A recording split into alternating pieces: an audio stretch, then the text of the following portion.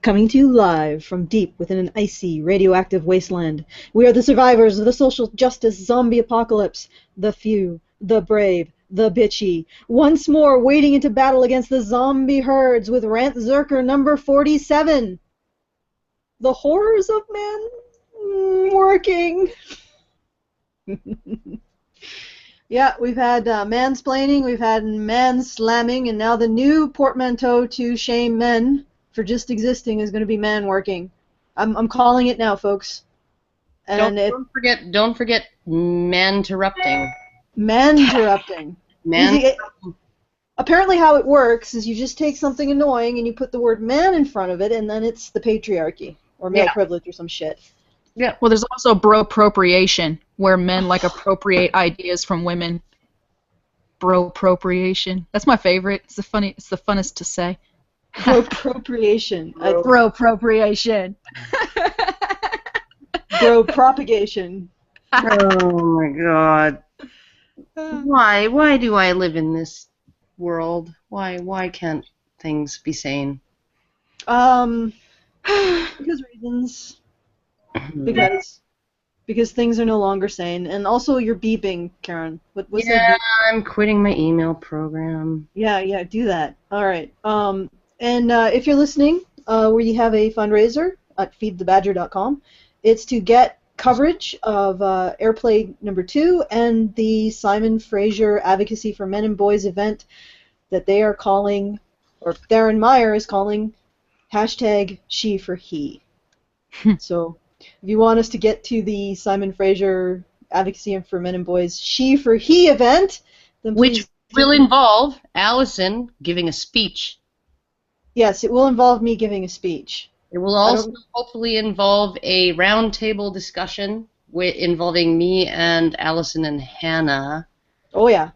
And so yeah, but the most important thing will be that Alison is going to have to give a speech. I'm not sure why that's the most important thing, but it is. No, but it is because that's like a big, huge milestone. That's like a huge thing. Giving a speech, it's a big deal. Oh, okay. Just being interviewed by media or being interviewed by someone that's or being going to a TV studio like you've done and sort of expressing your opinion. You've done all kinds of things that are like really, really awesome, making YouTube videos and organizing all of this channel and us and hurting us cats. Karen, but giving a speech is really cool. It's really cool. Karen, you're being supportive. I'm scared. Can you throw in a cunt or bitch there, or shut up, faggot? Just fucking give the speech, bitch. Okay, here we go. We're back on familiar territory now. Okay.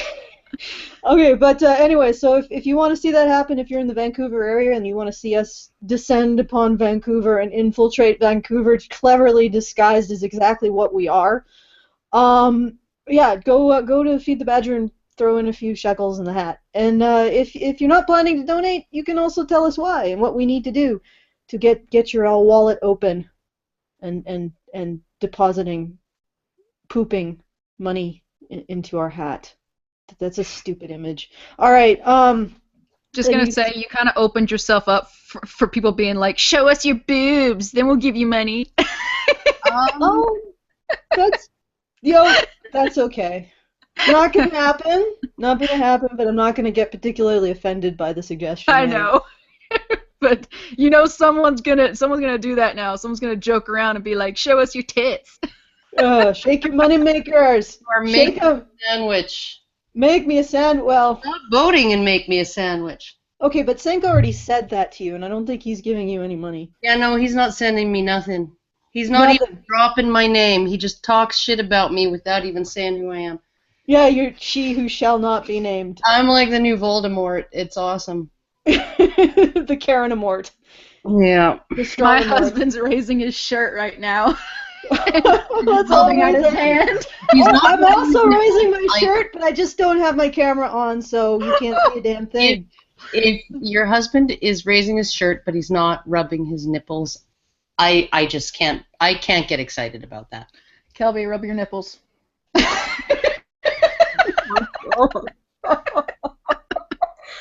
Oh my fucking. Okay, all right. This is totally gone into the weeds. Mine's walking around in his underpants, so. Mine isn't even in the building, and he's probably offended by all of this. Whatever. Yeah. Okay, well let's get this party started. All right, I'm doing the things. I'm doing the Sharon thing. Oh God. No. There. Why did they make this so fucking complicated? Okay, are you guys seeing that? Yes, unfortunately. All right. Yes. No, it's beginning. The thing is, it is beginning. All right. Tell me if you don't hear it, because I'm gonna start. Okay. Okay. Do you guys hear that? Oh yeah. Yeah. Oh, men are so rude and disgusting, aren't they? I know. They're so gross. Boys are so gross. Yeah, it's not like women don't make these sounds too. I know. I mean, like women. The only reason why women would be less likely to make these sounds in a workplace is because they're vain. But that's okay. Narcissism is good for workplaces. All right, let's do this thing.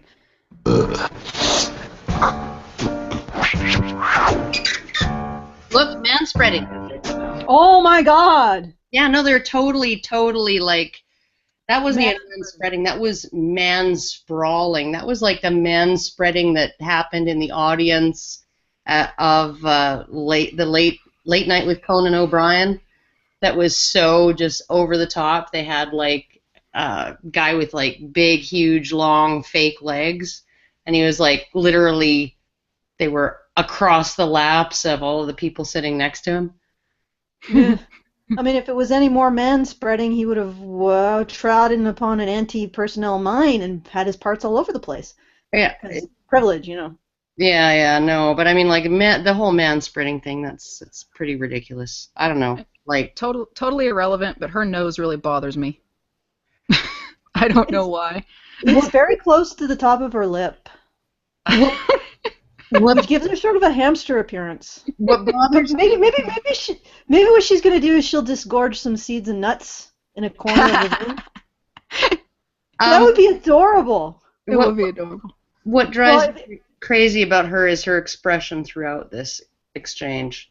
Yeah. Okay, I haven't actually watched this, so no spoilers. Literally looks like through the whole thing, like somebody's pissed in her cornflakes. And then she right now she just looks skeptical. Why these like cheerful, gregarious guys are choosing to interact with each other and not her? You know what I'd rather be watching right now? That this is like the beginning of like a gangbang, right? That'd be a lot more interesting. Yes. Let's just run a train. Oh shit! We've just said something that is that sexual harassment? That we'd rather watch this young lady have a train run on her than. Yeah, we wish it was the beginning of a porn rather than the beginning of a BuzzFeed feminist video. Oh, okay. At least porn is interesting and excites you in some way. This is just. Bleh. Well, it has a point. Porn has a point. Well, this has a point too, but it's usually to make gregarious, reasonably attractive men feel like shit. So let's get into it.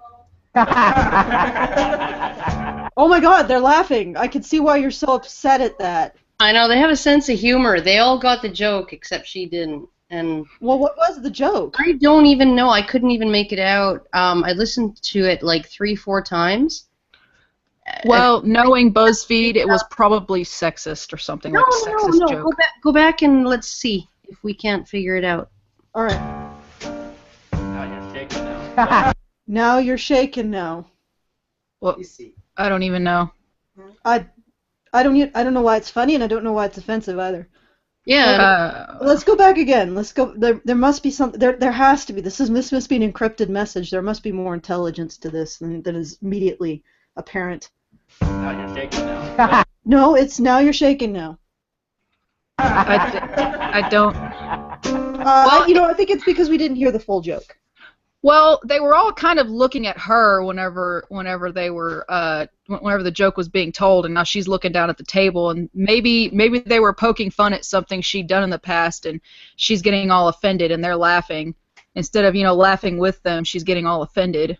Like maybe she Because has one feminist. of those old-timey like belt-driven weight loss things that she gets into in the office, and it's shaken. And it's like those things are so they're apparently so loud, like the whole floor would be shaken. Almost like she has her vibrator on extra. Oh dear. But yeah, but no, I don't know the full context of this, so I don't even know if it's funny. Yeah, no, you don't know if it's funny. You don't know if it's offensive. All you know is they're all laughing and she's not, and it's like, okay, so men have a sense of humor. Or no. Don't. Because we're supposed to all orientate towards her emotional landscape, because she's the wizard in the room and she's doing the emotional buff because she's female, and that's their race advantage. Yeah, we're supposed to be feeling sorry for her or identifying with her, and I think the message here is they're all immature douchebags, and she's the only one taking this situation seriously. How come taking offense at something automatically makes you the mature one? I don't know. I think that rule needs to be revised. Yeah, I think it makes you more immature if you get offended by everything. All right, let's. I mean, it's like, I don't know. When like people, he's a very clickable type. No. Yeah. You're the best writer at this table. Talk louder. Seriously, she needs to talk louder. You talk louder. Are you guys? So you want me to turn this up? Or No. Oh, I'm saying that the reason she wasn't heard is because she needs to talk louder. She was talking like a little mouse when nobody could hear her. You got to speak up. If you're at a meeting, if you want people to hear you, you have to speak up, especially when everybody else is trying to talk at the same time. That's how it works. And she's just sitting there being all meek and acting like they should listen to her over this other guy whenever he's projecting his voice, in a way that says, hey, you need to listen to me. And she's just, no one's going to listen to you if you talk like that. Can I point out the obvious? That be it as it may. So essentially, is BuzzFeed describing its own workplace? So BuzzFeed is according to itself, a dark chasm of sexism. Probably. Well, okay, that's fair enough. I don't know. I don't know either, but what drives me crazy about this whole thing is, like, as somebody who has spent a ton of my time around men of all kinds, like nerdy engineers, nerdy guys, geeky guys, oil rig workers, servers, cooks. I've never, ever, ever had any problem being heard. No, me neither. I'm not surprised. Because right. all you got to do is project a little fucking confidence. Mm-hmm. Because no one wants to listen to you if you're meek and you're not, confident in what you're saying. Because if you're not confident in what you're saying, you're not giving people the idea that they should be confident in what you're saying. So this isn't sexism that she's seeing here. This is just her not being, loud enough, her not being assertive enough. That's all that was. Let's continue.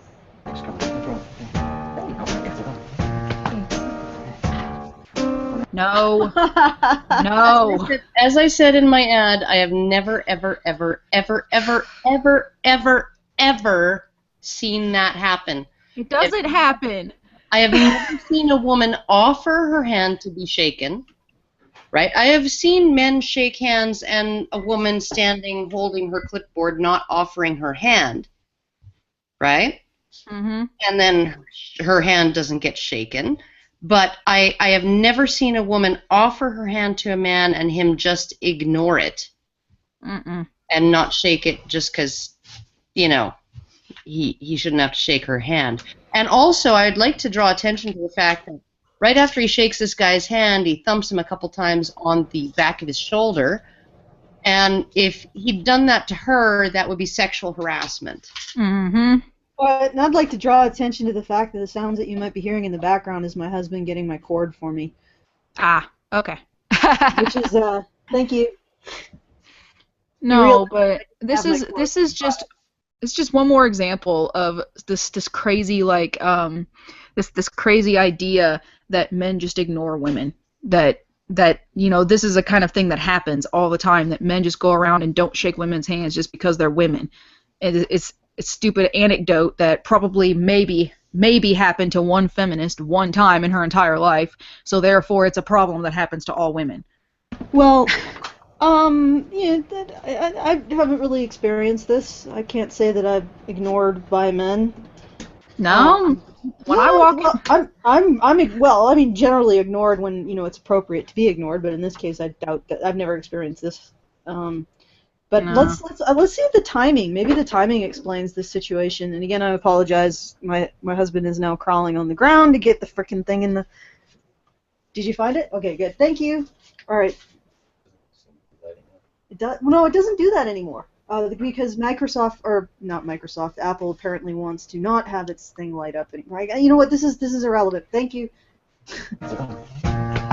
Okay, yeah, the timing here is off. Did you see that? Yeah, she offered her hand after he was already sitting down, or Yes. like on his way into the chair. And also, how could he have possibly seen her? Like, he was already looking away from her while she was offering her hand. Well, yeah. And two, like, he may actually just be being deferent the way men are with women, as in, I don't want to presume that you want to actually touch me. Yeah, that's a good point. I hadn't thought of that. It's not really. I mean, if they really wanted to put this point across, they should make it a little more obvious, because it looks like in this scenario she had really bad timing, and he didn't actually see that she was offering her hand. Yeah, it's kind of like that situation. He's not going to dive in and demand a handshake. Like, men don't do that. Men do not do that with women for good reason. There is a reason why when you go into a restaurant and you're served by a female server, she will frequently touch you on the shoulder, touch you on the forearm, right? Okay? Mm-hmm. The male servers don't do that. They know that that's not okay for them to do that, to just touch the customers. Yeah, so this scenario looks, Sarah, you have to mute. This scenario okay. looks like she offered her hand while he wasn't looking. He didn't see it, and it doesn't actually make sense. Like, it makes sense for him to shake the hand of the person he's sitting next to, but not so much to shake her hand over top. It feels more like like just a situation where the social cues were missed, not that he's deliberately doing anything. Yeah, it's just like sometimes you go to like give somebody a high five and they don't see it, and you just kind of lower your hand awkwardly, and it's like, oh god, that's kind of what that looked like. Not a guy intentionally ignoring her just to be a douche. Okay. Whenever you're ready. Oh, but that's how she's gonna take it. I like Animal Planet a lot. I think we should definitely contact them. That's Oh my god, they went into. Oh my fucking god. So they went into the bathroom. But they went into the bathroom and continued talking. Right? Continued talking business in the bathroom. Okay, so what is the proposed solution? Right? Because I'll give them this one. Right? Sometimes conversations continue in the bathroom. Sometimes when I've been at conferences and I have had somebody really want to talk to me, and I just want to go upstairs to my hotel room and change into something, into my jeans rather than these stupid dress pants that I have to wear when I'm on stage behind a podium half the time, right? And I just want to go up there and do it. And so we walk up, and the guy will literally, he'll stand outside my hotel room door, and I'll be like, no, come on in. I want to continue talking, right? And then I will go and I'll grab my clothes and I'll go into the bathroom and we'll continue talking through the bathroom door while I change, right? Okay, now, is this something she would be comfortable with? Is she going to be comfortable with unisex bathrooms where she can follow them in? I don't know. I mean, it's her getting all offended over this. Kind of seems like she'd get offended over that too. I mean, you can't know, because women like this, they get offended over things that you really shouldn't get offended over. So and literally you're literally going to be, if it's a unisex bathroom and you want to continue the conversation into the bathroom, right? You don't have to pee maybe, but they do. Even if it's all stalls, like in Ally McBeal, right? You're going to be listening to them pee. Okay. While you're having the conversation, you're going to be talking through the freaking bathroom stall door, right? Okay, now, if you're prepared to do that, honey, that's cool, but, you know, like, some conversations you just don't want to interrupt them. Yeah, well, the other thing is that are they going to continue the conversation when they're at the urinals? So I think that's sort of a faux pas, isn't it, for No, guys? they probably will. They'll talk about, men will talk about things at urinals. They just won't talk about their penises. All right, let's. Oh my God. So go ahead and get that number from them, and I'm just going to have you contact them. Okay, great. Fantastic. Thanks, Greg.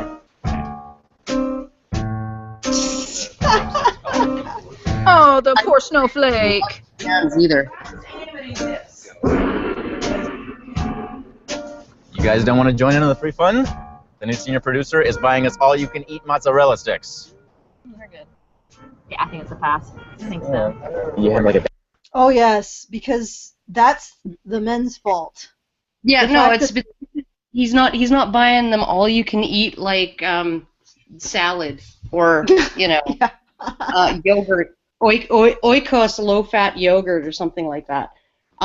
They're not they're not buying like all you can eat Activia yogurt. They're not buying things that like I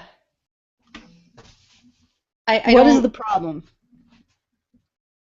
like, okay, or you say, oh, we're not really into matzo sticks, but you know what would be really awesome is some fucking hummus and pita. Well, you know, Just eat this. the fucking matzo sticks. Well, yeah, it's like this whole situation, they're excluding themselves. You know, they could be over there cutting up with the guys. They could be, over there doing what they're doing, but they're intentionally sitting to the side and not interacting with them and then getting all like, oh, sexism. It's like, go over there. Go talk to them. Go cut up. Go have fun. I mean, there's... These two in the front, the purple-haired harpy and the freaking brown-haired harpy, they both got all offended over something, and now they're going and talking shit to the black girl, and they're being all like, yeah, we don't want to hang out with them because they're sexist. Just go talk to them. Stop getting offended and go over there, and then you won't be excluded. What the men aren't doing? The Huh? men are. They're not being killjoys. Yeah, they're not being killjoys, and they're also not throwing their moral weight around like you ladies are. They're not creating a hierarchy with them getting to piss down on you guys. They're just doing what they do. And that, yeah, okay, well, let's... Bad day? Something like that. Jesus, I would hate to have to work with these people. Yeah, no. Women are unbearable. Yes, well, these women are unbearable. I did have to work with somebody who was like highly, highly, highly sensitive and would read the worst possible intentions into any interaction that was just a little bit awkward or not what she might have expected, and it's mentally exhausting to work with somebody like that because you're constantly on eggshells, and these guys, like, thank God they're not walking on eggshells around these women. Which isn't really accurate because they would be. Well, yeah. But these guys in this video, they're not walking on eggshells around these women. I actually applaud that because, there's no end to the eggshells.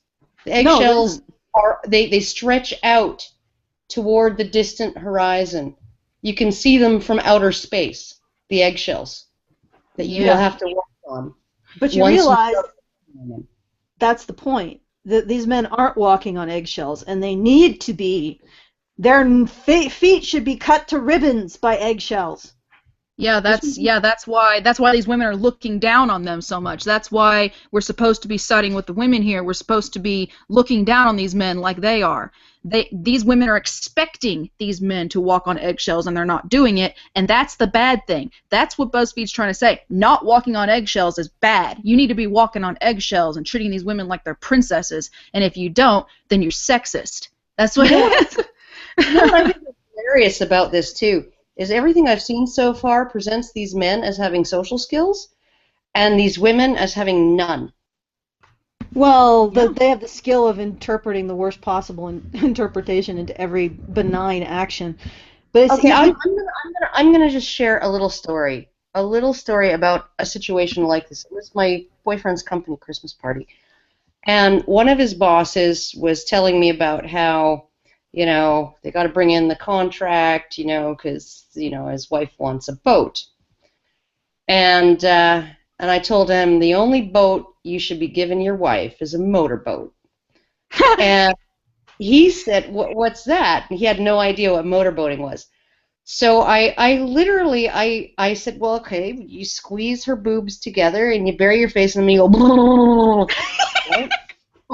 And he's like, what? And I said, okay, just lean forward. And so we're in a piano bar, right?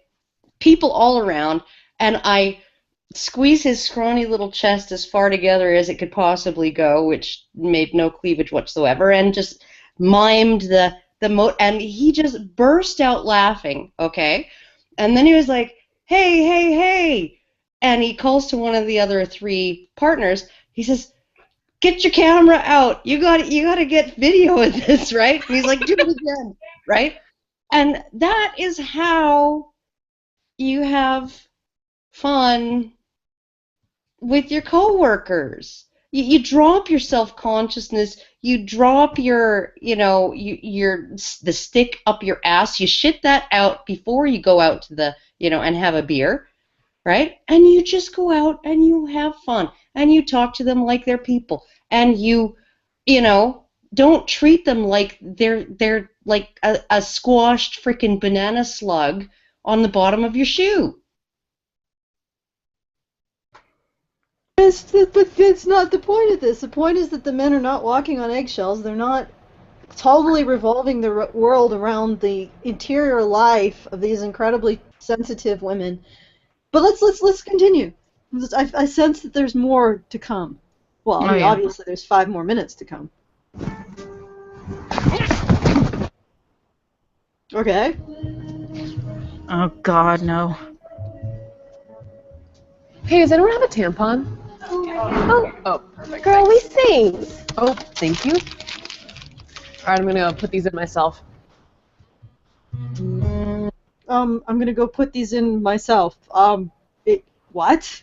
I think. Why would you put more than one in yourself? No, I get what they're doing here. What they're doing here is they're trying to emulate a similar situation of guys, you know, dirty talking in front of a woman and the woman getting all uncomfortable. That's what they're emulating here.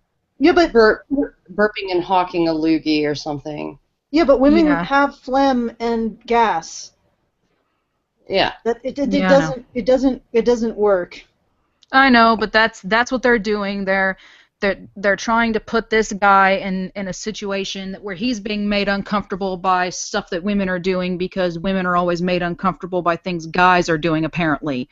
That's what they're doing here. It doesn't make sense, because this is something that men don't, like, men are never going to bleed out of their vaginas unless, you know, they're a trans man. So for the most part, that's not going to happen. So it's not going to be an issue that men deal with. Yet, if women... There's nothing about burping and loogies and mucus or gas that women don't also have. So it doesn't make fucking sense. It really should have been like I didn't see any guys like adjusting their junk in the previous bit, or talking about, oh fuck, my balls are really sticky right now. Yeah, or throwing around like anti-jock itch something. Yeah. Oh fuck, I got a little jock itch. Do you guys got anything for me? Yeah, throwing some powder at them, or you know, like throwing some athletic support.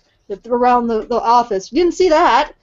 So this is all right off the bat. This is not a actual. There's no parallel. There's no parallel. Well, they're trying to create one. I think the parallel they're trying to make is a bunch of guys sitting around talking about sex and dicks and boobs and whatnot, and the girl sitting to the side being all like, "Oh my God, I'm so uncomfortable," as if a girl would. I know, but this reminds me of all those initiatives to take away Viagra or some shit. Because they want men to feel that their reproductive rights are in jeopardy, like women's reproductive rights are in jeopardy. And I'm like, well, you realize that men would first have to have reproductive rights for them to be in jeopardy. So you're pretending like Viagra is equivalent. Viagra is actually a treatment for a medical problem, right? Birth control is actually a way to make your body not work the way it's supposed to. Yeah, it's like this is not comparable. And the reason why you can't make a parallel is because men don't have reproductive rights. So you can't take them away. Do you remember that insane fucking, I think she was a congresswoman? Vagina woman? She proposed a bill to make vasectomy illegal so long as abortion rights were under threat. And I'm like, okay, no, because those two things aren't comparable. See, vasectomy and tubal ligation are comparable. Vasectomy and abortion, not comparable whatsoever. No, they're not comparable. Like, and then they wonder. Then these feminists wonder, where does everyone get the idea that women can't logic? Because of shit like this. All right, let's continue. Okay. And incidentally, women could do this if they wanted to. Yeah, and they're gonna show these women cutting up and having a good time, and the guys sitting over there feeling all left out. And it's like, women don't have to sit in the corner and feel all left out when the guys are joking around.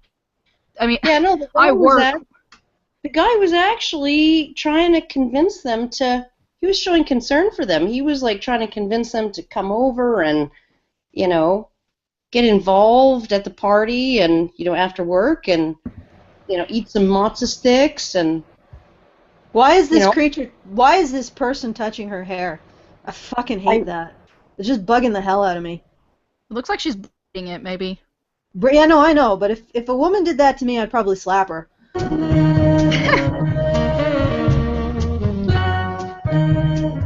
Funny fact, my husband really likes stuffed animals. So, and I think there's a lot of guys who do. They like those little cute stuffed animals. So I don't think that would be quite as alienating as they're thinking. Nah. I don't think it would be alienating at all. Unless it was a stuffed vagina. Stuffed vaginas. Okay, this is the one thing that biologically it's just not fair, but it's true. Vaginas look like face huggers. Stuffed ones look terrifying. Stuffed penises are adorable, though. Can you get the script I wrote? Sure. Yeah, like for notes? No, just make sure there's nothing offensive about it. Oh, so this is a world where women are supposed to be concerned about men's feelings. My, how horrible for men. Why me? There's nothing because we care about your feelings because you're a man. Offensive to men. Oh. Thanks. Wait, did she say nothing's offensive to men? What? No. She's saying that you need to check it over to make sure that there's nothing offensive in this script towards men. It's funny because if they had done this with this particular script, well, anyway, regardless. But so what they've done is they've created a reverse world where people care about men's feelings. And they're trying to say that's bad. What's really hilarious about this is that they're acting as if asking a woman to vet a script to ensure that it does not offend women is some kind of imposition. It is some kind of axis of oppression, right? That that someone would ask a woman to say, could you just, read through this and let me know if there's anything in it that would be offensive to women, that they're using that to essentially say that women in the workforce are oppressed when these women in the workforce who are asked to do that are doing it so that to avoid accusations of sexism against their employer from other women. It's, well, if women were oppressed, if this was oppression in the workplace, they wouldn't even be asking the women to look at this and see if it's offensive. They wouldn't give a shit if it was offensive if women were oppressed. I know. It's like aristocrats and religious orders and all, like the people throughout history that have been sort of on the top of the heap. We're going to ask you if you find this offensive, because you are the one who determines what is offensive in society. And incidentally, that's a code for you are the one who determines what belongs in a society and what doesn't. And this is oppression of women. Okay, BuzzFeed. Unless they're really like this is like a coded men's rights thing. I don't know where they're going with this. I highly doubt it. But I do want to point out one more thing, though.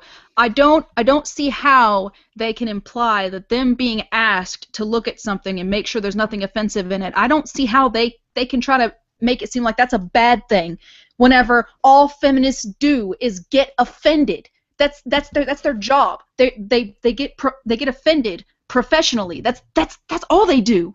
So you'd think someone bringing something to a feminist woman and being like, hey, will you look at this and make sure there's nothing offensive in it, you'd think that would make them happy because someone's trying to cater to their freaking stupid ideology. But no, even people trying to cater to them somehow is still oppression. I don't get how these people's brains work.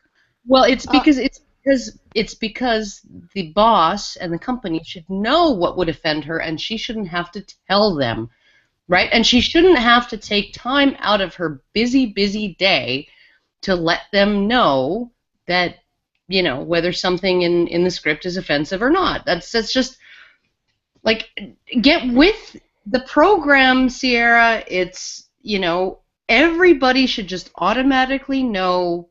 They should be able to read feminist minds, stay on the right side of the wrong think, right, and never say anything offensive without ever having to ask a feminist what could possibly offend you today, right? Okay, in the words of many feminists I've talked to, I don't have time to educate you. Go educate yourself. Well, how are you supposed to get educated without asking questions? I don't understand. And then my grandpa comes in to be Bernie. Oh, that is a really good political sketch. So funny. Let's do that one for sure. So any ideas about where the day drinking sketch could take place? Maybe at a baseball What game. about brunch? Oh my God. Yes. Yeah. Yes. What? That's perfect. I know. Yeah, actually, I can write it. I've been hitting a lot of brunch spots. We're actually going to put Brittany on this. Oh my God. You know He's what? gonna take you ladies to brunch. He was more assertive than the woman in the initial clip. Oh yeah, yeah, more assertive. But I'm thinking this is a nice segue into a good hard brunching. Well, baseball game or brunch, that's all about day drinking. Or they could just come to my house with some cameras. All right, let's. Wait. I do want to point out one thing there. They're using gender stereotypes in this very video. This is a feminist-made video, and they just use gender stereotypes. The guy talked about sports. The girl talked about brunch. And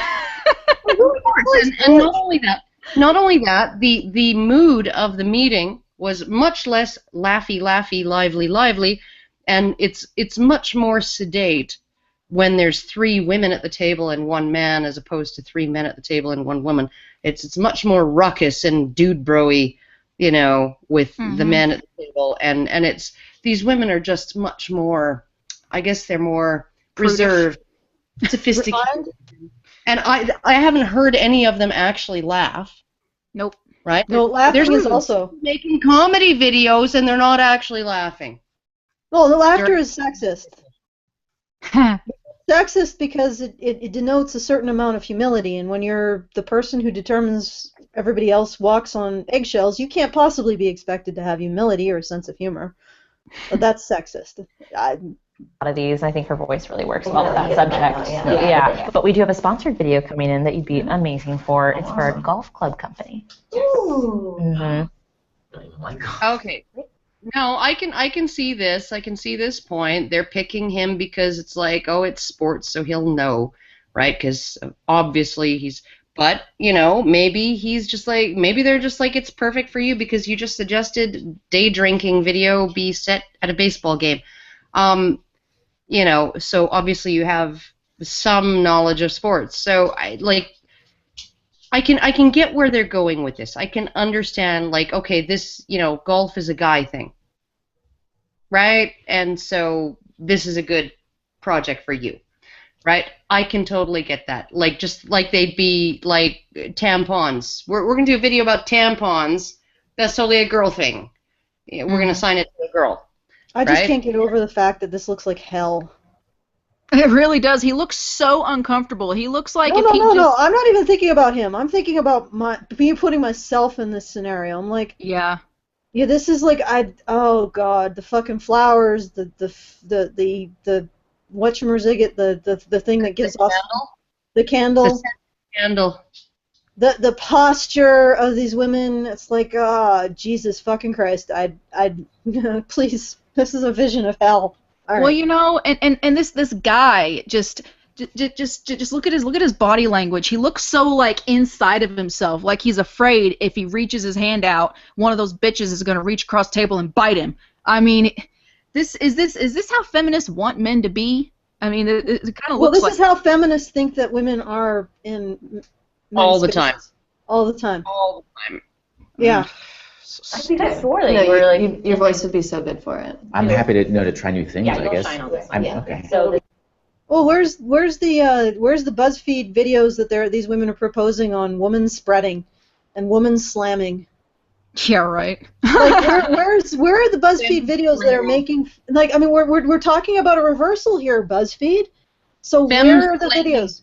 Where are the videos insulting women? Yeah, no, and we also need a video, essentially, that, on International Men's Day bashes women. Yeah. As men just bashing women. And where are the videos? Where are the videos indicating that male genital mutilation is bad, but female genital mutilation is either funny or women should suck it up. Who would wanna have sex with a woman who has intact genitals? Like, fucking gross. Fucking gross. Meat. Oh my god. Oh my god, that's so getting taken out of context, Karen. Whatever.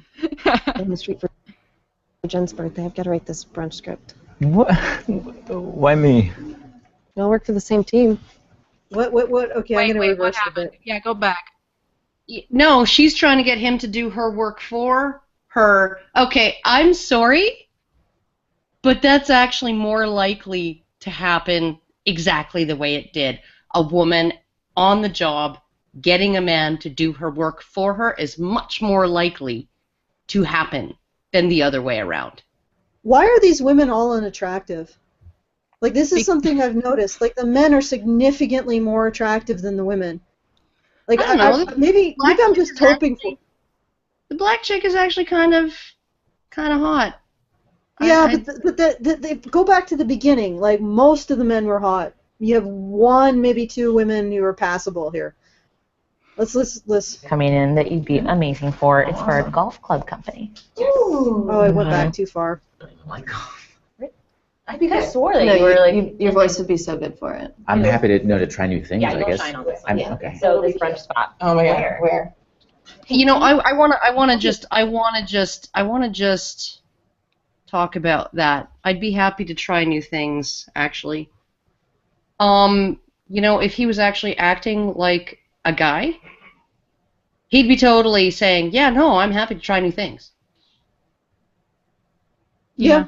Okay, but I want to figure out what's going on here. Hey, can you pick up that cake down the street for Jen's birthday? I've got to write this brunch script. What? Why me? We all work for the same team. Oh, I get it. I get what they're doing. They're trying to get him to do the emotional labor. Or men don't give two shits about cake other than, oh, there's cake, I'll eat some.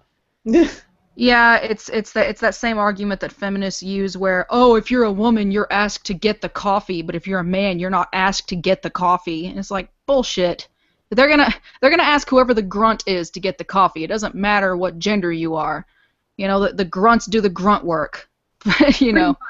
Occasionally the boss is the one who gets the coffee. At least that's the way it's always worked in my workplace.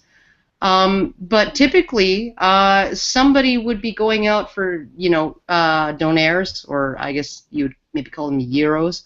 And when I was working, and we had a workplace that was about half men, half women, there was always a man who was going, I'm going to go out for donaires. Anyone want a donaire, right? Just let me know, give me your money, I'll bring you a donaire, right? That was almost always men. The women tended to be, I baked some cookies and I brought some. Mm-hmm. Right? Like I baked a whole bunch of cookies yesterday and I've brought some in. Right? That was what women tended to do. The guys tended to be like, oh yeah, I got half an hour to kill before work. Anyone want a donaire? Right? But nobody was ever asking anybody, right, to go out and buy, we have to get a cake for so-and-so, right? And frankly, in the entire time I worked in that workplace, 5 years, 5 fucking years, no cake on my birthday. My son worked in that workplace for 4 years, cake every fucking year. It's because he's a man or a boy. No, it's because he actually lets them know when his birthday is. Oh, and I actually just I don't care about my birthday, so. Yum. As the kind Oh of wow, really? The land whale says yum. Perpetuating the feminist stereotype. Oh, that was so bad. They just perpetuated a feminist stereotype. A freaking land whale getting all excited about cake. Well, that's not a feminist. I think that's something that. All right, you know what? Let's continue. Let's see if we can find any kind of sense in here. I am so sorry I'm late. Hey, I'm Jessica. Jessica, hi. You ready to run this scene real quick? Oh, I'm not an actor. I'm one of the writers. My bad. You don't really look like a writer.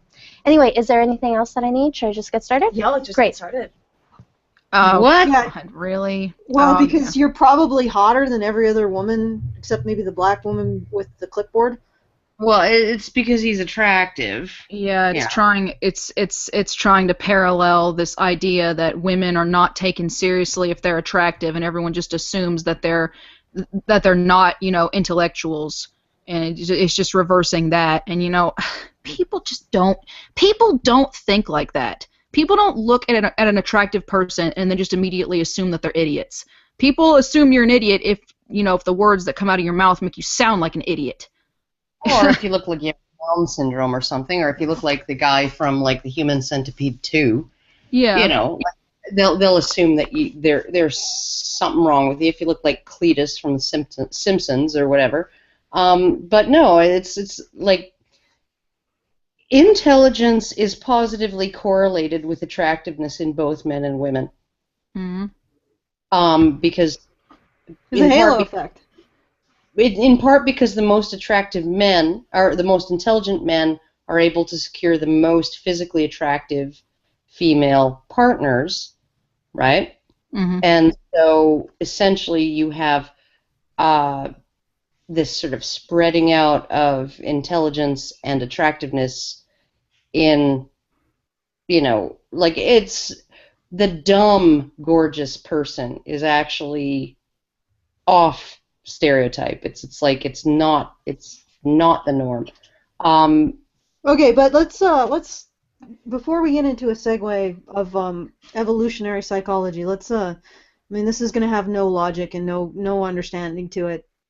But also, at this point in time, I'd like to point out that all of the issues that these people are raising, BuzzFeed is raising, pretty minor.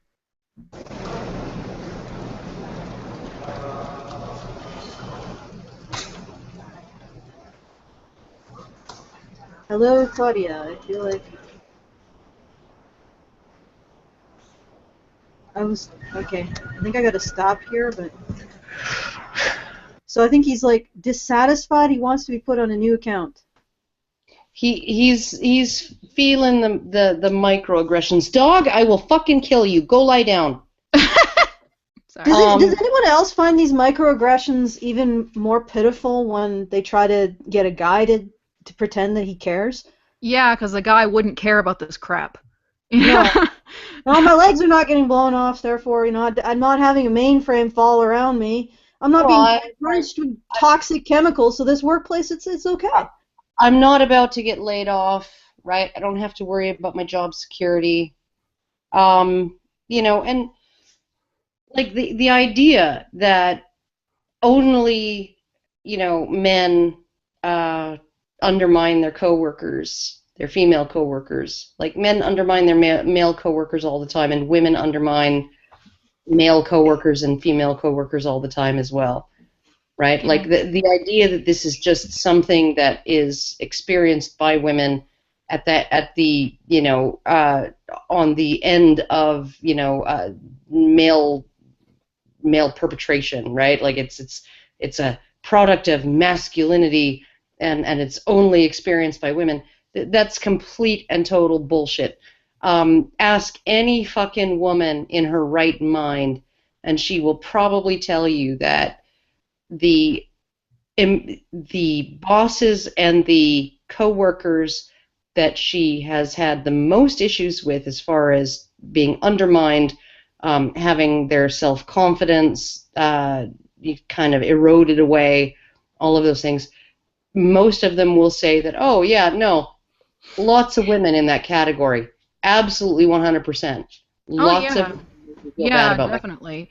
Like this is just a silly anecdotal story, but I'm a server at Huddle House, and I've never had a single problem with any of the men who work there. But this one woman decided one day, or several days in a row while I was working by myself, that she was going to clock in and wash dishes for me because the dishes were falling behind. And then, I didn't ask for her help. I didn't need her help. She just clocked in and did it of her own accord, and then went and told the boss that I was too bad to handle working those shifts by myself, so the boss should give them to her instead. Men never did that to me. It was the woman who did that to me. And it's like, yep. Come on! You can't act like men exclusively go after women and try to mess up women's careers or undermine women. But whatever. Women are innocent little angels, I guess. I was recently reading something called what human achievers know and machines never will. It's another management book, and I've noticed that every single management or professional or sales book that I've read recently has to have the requisite girl power. So there was one chapter on these new findings that there's an intelligence related to groups, and the way that the most accurate correlate for intelligence is that the number of women in the group. And what they find is that teams are intelligent based on the ability to understand and recognize the internal life of team members. So women are more socially aware, and those teams that they're in are more able to collectively come up with ideas or whatever. And I was reading this and I was like, okay, well that's interesting. So I guess that's a good thing for women. And then here's where the other shoe dropped. Then they said, but when you have a group in which the hierarchy is not set, so in groups where there is one person who is the leader, and there's no choice that is the leader, and it's set before the study begins, they find that women, the social intelligence of the group is directly related to how many women are in it. Just a 1-to-1 correlation. But when they have a group in which anyone could be a leader, that there is no fixed hierarchy, there is no advantage to having more women. And I'm like reading this, and I'm like, so you're saying that in this incredibly artificial situation of a fixed hierarchy in which women cannot compete for dominance, there's an advantage to having more women. But in the real world, there is less than an advantage to having women. Because, get this, there is no situation in which women do not compete for dominance. Unless it is an artificial situation where one person is assigned, and that person's, the fact that they are dominant has absolutely nothing to do with the people they're dominant over. So, okay, I want to bring up too, okay, if you have something like that, where, you know, women have an ability that men don't, okay? So, isn't this entire fucking thing, right? You know, women have this ability to understand the inner lives of their coworkers, right? That men don't. They just don't have that level of ability, just inherently, just by virtue of being male, right?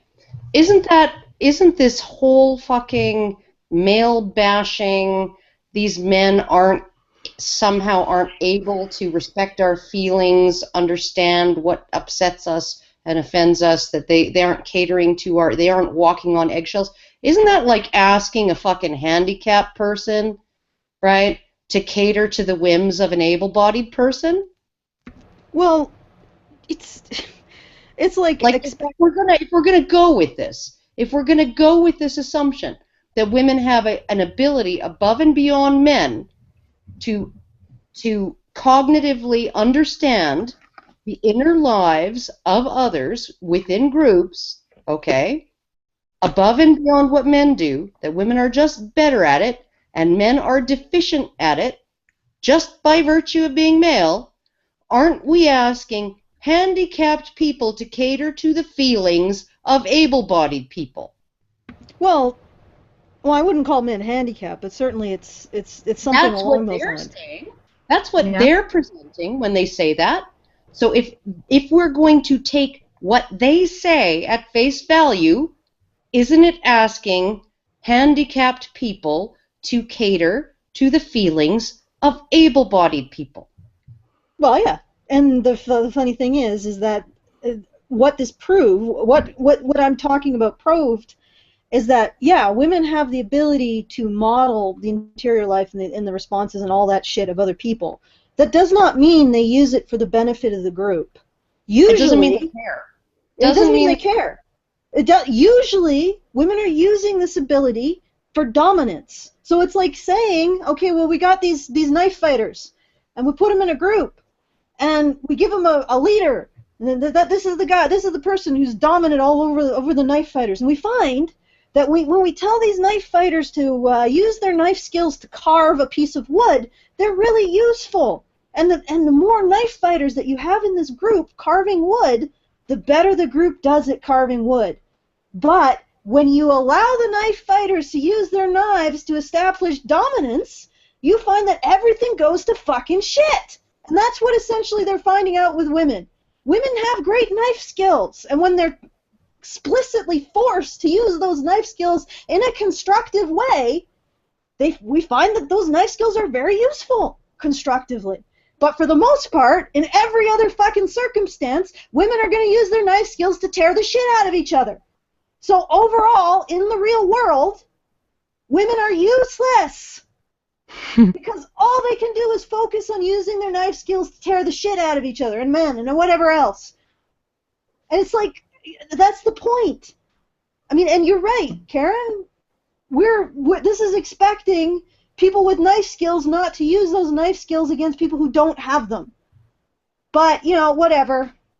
I mean, you know, we can't actually admit that women have everyone at the point of a knife, because that would just unravel our whole understanding of the universe. Again, I don't even know. Admit women have power. And yeah, the women have power. The gig is up, right? The gig is up. And we don't necessarily use it for the benefit of everyone. Is that all that those studies found was that women have power, and when they're forced to use it for the benefit of the group, it benefits the group. But when they're not forced to use it for the benefit of the group, it destroys the group. Yeah, because they use it for the benefit of themselves, not for the benefit of the group.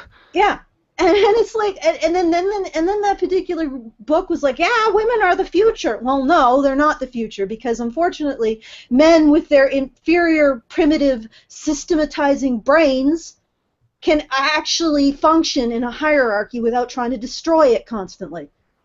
So, well, you know, that probably comes from all these freaking decades upon decades upon decades of little girls being told that they're the freaking center of the universe. You know, little girls are treated differently from the time they're toddlers. And, you know, that they're given special treatment from the time they're toddlers. So when they grow up, they think they're supposed to have everything because, you know, they begin special treatment their whole lives. And it's we've bred a generation of female narcissists. Well, I'm just going to go back to the beginning of this video with the woman who essentially at the table, right, when the guys were joking around, and she wasn't laughing along with them. Instead, she looked like she'd just been forced to eat bird poo, right? And then her somehow wondering why she doesn't fit in to her work environment. It's like, well, because you're a prude. You got no sense of humor. You're a prudish little bitch who's got no sense of humor. That's why you don't fit in. Because there are some work environments where it's called for to be a prude, where everybody else is a prude. There are some male-dominated work environments where everybody's kind of a prude, where they looked at me when I was, you know, I'm sitting with like 12 engineers and my boyfriend, right? 12 male engineers and my boyfriend having a drink, and I tell my boyfriend, make sure you tip the waitress good because she's got a really nice butt. And these guys had no idea how to take that. Some of them were really offended, right? They had no clue, because these were a specific type of guy that goes into a specific field of engineering that is populated by people who have mostly, for the most part, they're on the autism spectrum, and they really would just have no idea how to take that. Absolutely, 100% no idea that, okay, you just laugh at something like that, right? You know, and I don't care, right? And he didn't care. My boyfriend didn't care because he doesn't actually have to work for any of these people. He just works around them, right? And so his job's not in jeopardy over me being a little risque. My job's not in jeopardy over me being a little risque. And so, like, neither of us really gave it any thought, but these guys were being prudes, right? And okay, so if I had to work with a bunch of prudes, right, I would either fit in with them or I would find some other job, because those would be my choices. I wouldn't go into a freaking company populated by guys like that and demand that, you know, we all start laughing around the freaking conference table about, like, sex jokes and shit. Okay. Karen, you're going to have to mute because I think there's an echo going on. No, it's my daughter making noise. My, what I wanted to bring it back to the study. So, what I think is happening here is these women are perceiving a lot of the male behavior in terms of being dominating.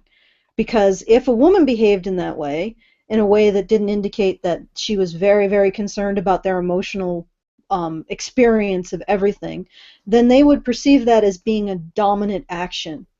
So because they're seeing this entire situation in terms of dominance and submission, the women are actually reading into what the men are doing very, very negatively, whereas the men, who aren't actually seeing everything in terms of dominance and submission like a woman would, are just finding it, they don't have that kind of, what is the right word for it? It's like this feeling of where you are in the hierarchy.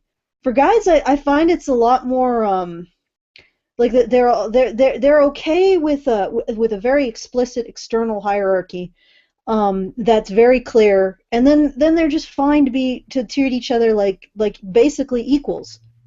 But for women, it's not like that.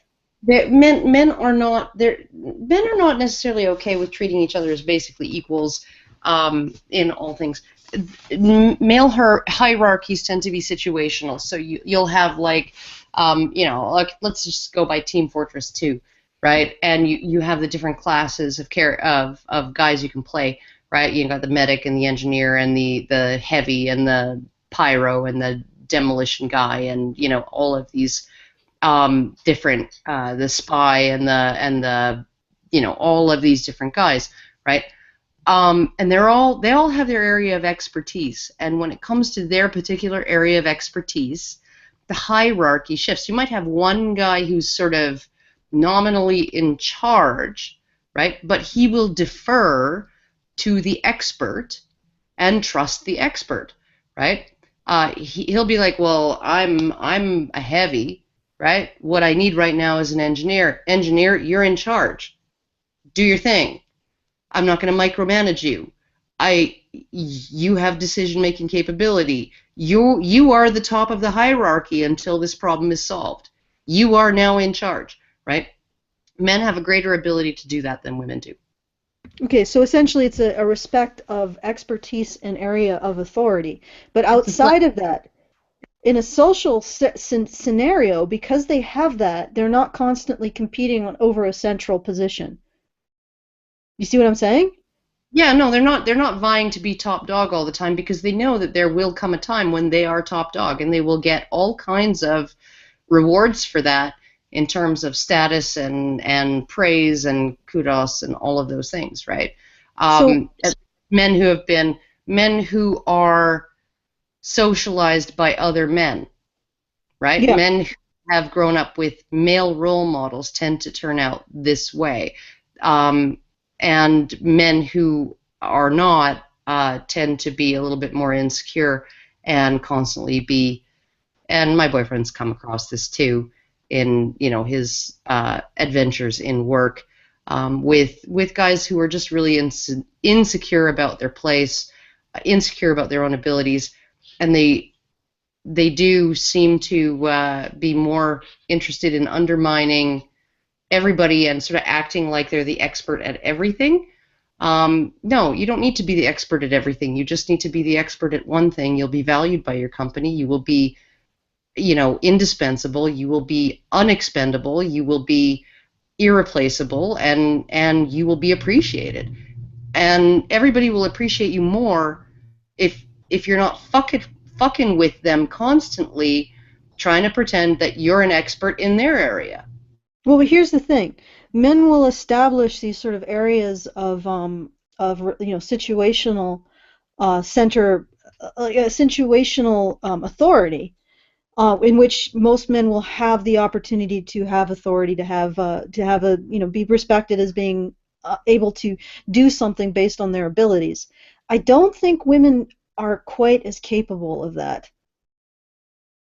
No, I don't think they are either. I think essentially, I think maybe the issue is with that is that for I don't know, thousands and thousands and thousands and thousands and thousands of years, the primary way that women essentially sort of proved their usefulness, it was all the same. It was the same for almost all women, right? You maybe had a certain class of women who were sages or oracles or soothsayers or all of that kind of class of people, right? But other than that, they were all doing the same job, right? They weren't specializing. It wasn't like, oh, I'm gonna have a different kind of baby than the next woman.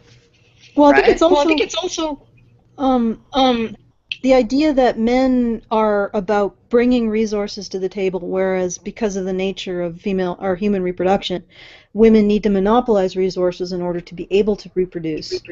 Yes, and so essentially you have Different women's most their primary skill, right? The one that made them most valuable was the same for all women, and you see this when they compete in terms of beauty and sexual attractiveness and all of that stuff, right? Mm-hmm.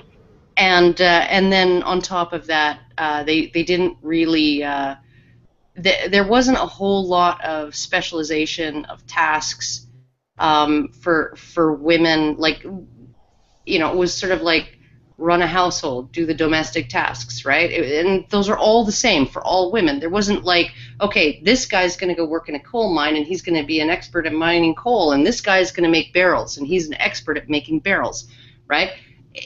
Yeah, women didn't tend to have quite that much of an ability to distinguish themselves from other women based on a set of skills that was completely different from the majority of other women.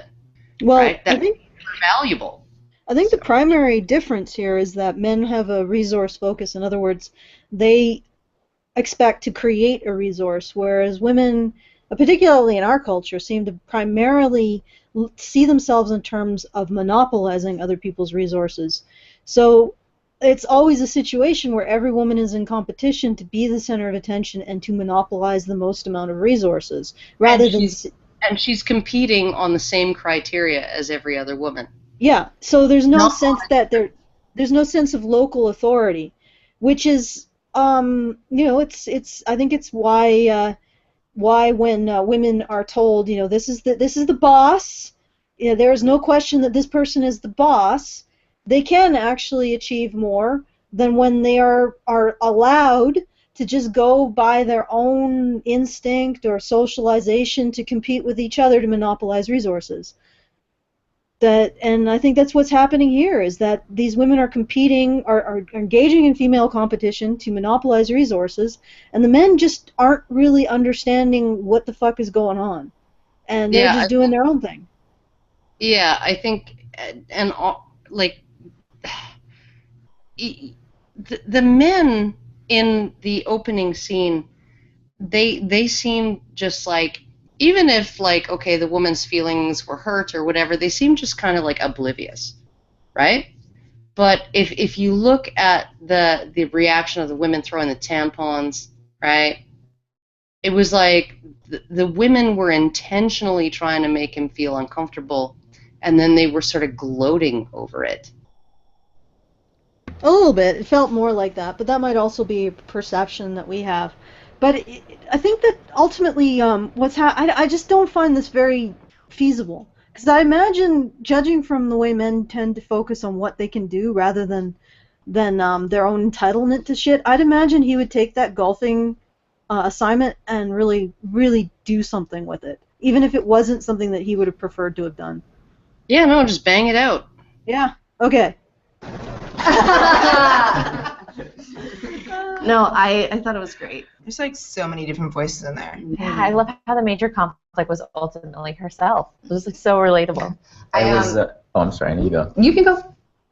Well, honestly, you know, it's a 20-page script, and the only male characters you have are creepy Uber driver, the cat caller, and the boyfriend. Yeah, but the boyfriend's one of the main characters. He hardly has a personality. It's just, you can clearly tell that it's written by a woman because it's only about his looks. He's just there as an object. That's Wow, things that never are said. Yeah. Things no guy ever said. You know, I will say that at the opening of this particular scene, he was laughing along with them. Yep. Yep, it was. Unlike the woman at the start. Yeah, I'm just... like she was just forced to eat bird poo. Well, it's like, what the hell is this? Like, first of all, okay, why would there be a creepy guy in this particular script? Remember, this is reversal, BuzzFeed. This is a reversal in which men are the emotional center of the world and determine what is creepy. There would be no creepy man in a world where men determine what is creepy. It would be a creepy woman. Yeah. Oh well, you know what they're trying to mirror here is you know, a feminist would say those things that man is saying, so that's accurate at least. Well, but it's a stereotype that exists. Yeah, right? And at least they're acknowledging that there is a stereotype that exists about the creepy Uber driver or whatever, right? now, and I would imagine, I don't remember because I only watched the video once, but I would imagine that that she's about to just dismiss everything he said like it was nothing, and they're trying to be like, Whenever women come out and say that something's sexist, men just completely dismiss her like it doesn't, like it's not a big deal. and it's like, well, yeah, they should, because it's not a big deal. But the video proves that wrong, so they Yeah. go fuck. Interesting point of view. Why don't you email that to me? Proves them wrong. Sorry. Yeah, well, the fact that this exists proves itself. It's a self-disproving. What is the word for it? It's a self-disproving example. Yeah. Or you could just take notes on this whole meeting and email those to me too. I forgot my laptop.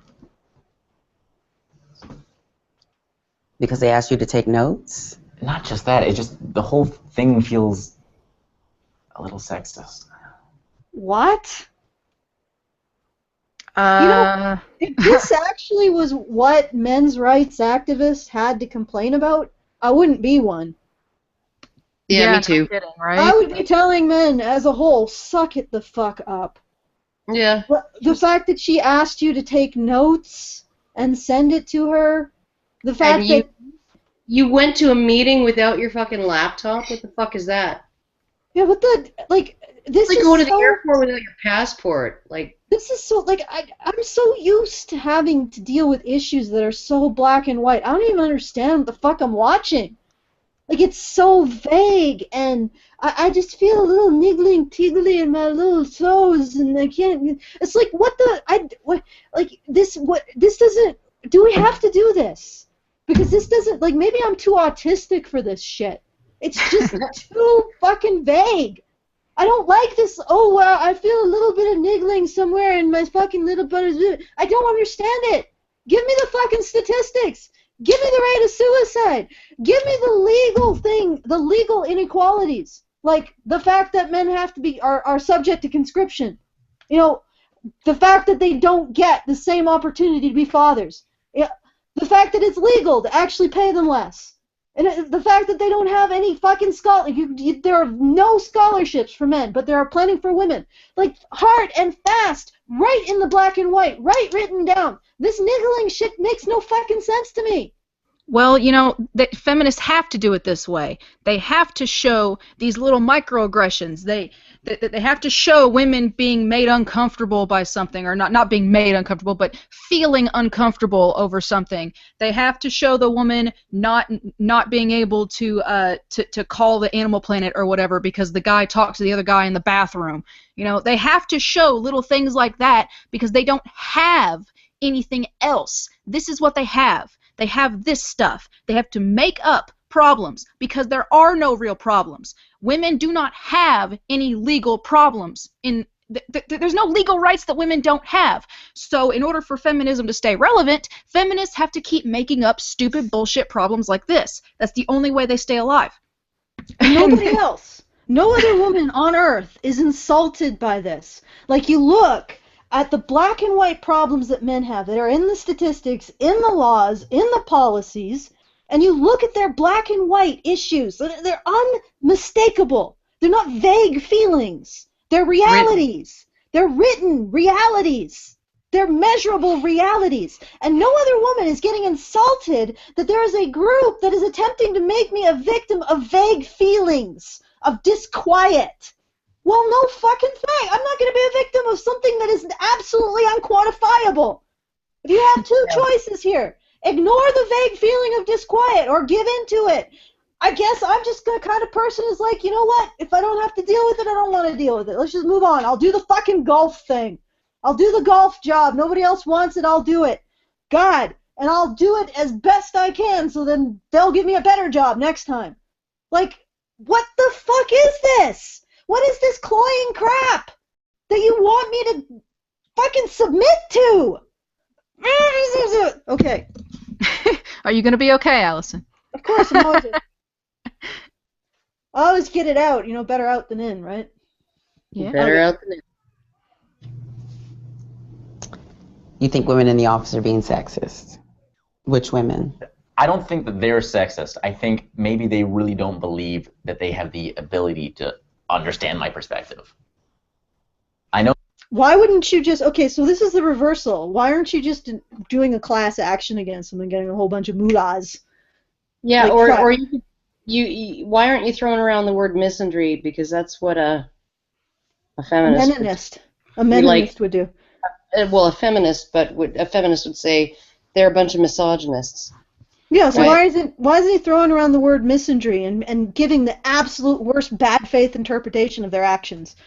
Because they're not trying to make feminists look bad. They're trying to act like if a feminist was in this situation, she'd say, "No, I don't think they're sexist. I just think they don't understand." Because that's how they want us to think feminists are. They want us to think feminists are these logical people who will look at a situation and be like, "Well, maybe they're not being sexist. Maybe it's just this or that." No, that's not what would happen, but that's what they want us to believe would happen. What would actually happen is this guy would be going, "Oh my God, everybody in this freaking office is a misogynist. I demand things be fixed here." That's what would happen. Okay, so what they're saying is that all of these vague, niggling feelings that this guy's having, he is being forced by all of this vagueness into a conclusion against his will because he's so reasonable. I guess so. Karen, I heard you pipe up. I think that he's they are if they're presenting him as the feminist in the workplace, then they're trying to portray themselves as charitably as possible, when in reality it's nothing like that. That's just not what he would not be acting like this, especially in a safe space like a counselor's office, or I don't know whether this looks like a counselor's office. An HR department wouldn't have a sofa.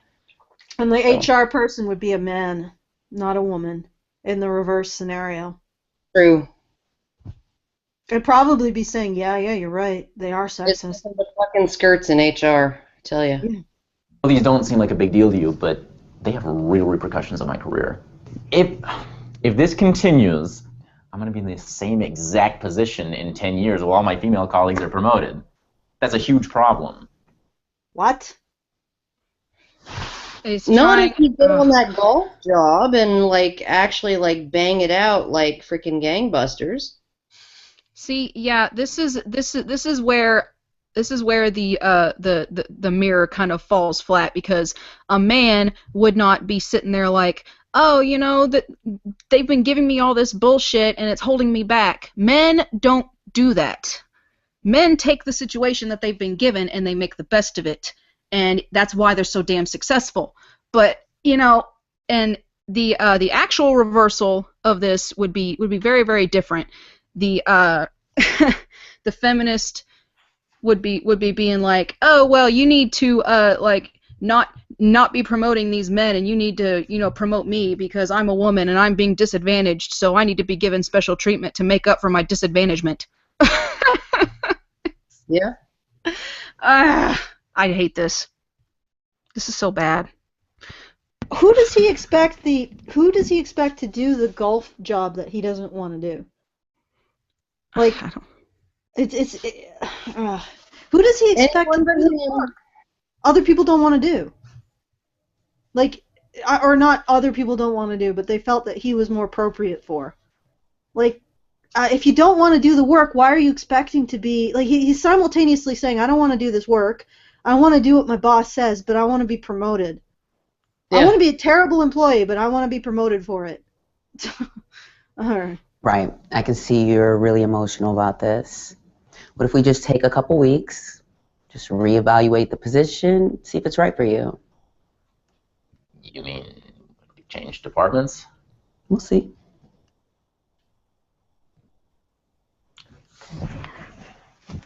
He's such a little bitch. Like, it's even more obnoxious when a man does it. Yeah, it is.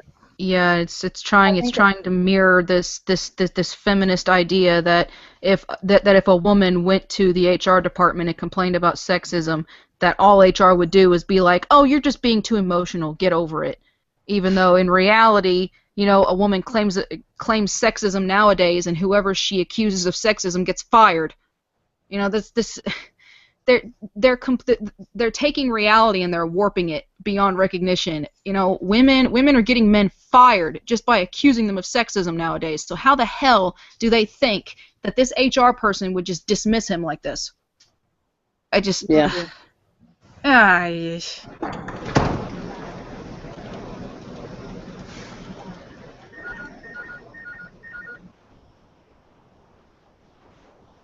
Oh, fuck! I guess this is when the Freaky Friday is over. Yeah. Is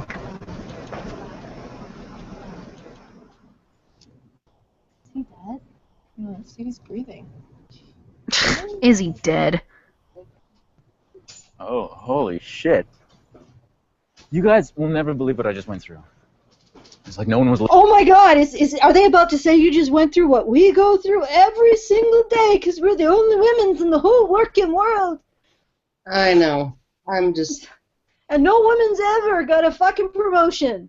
Like, women don't comprise the vast majority of middle management at this point in time. Oh, God. No.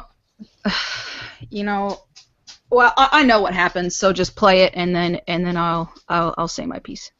You sound sort of defeated. Well, yeah, I am defeated because this is a terrible freaking video. It's so bad.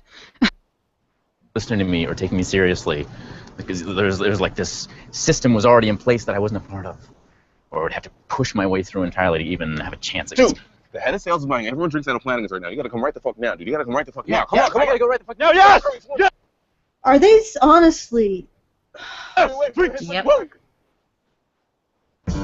Oh my fucking God! Suck it up. Oh, we're such victims. We're so sad because he almost understood us and then stopped. Oh my God.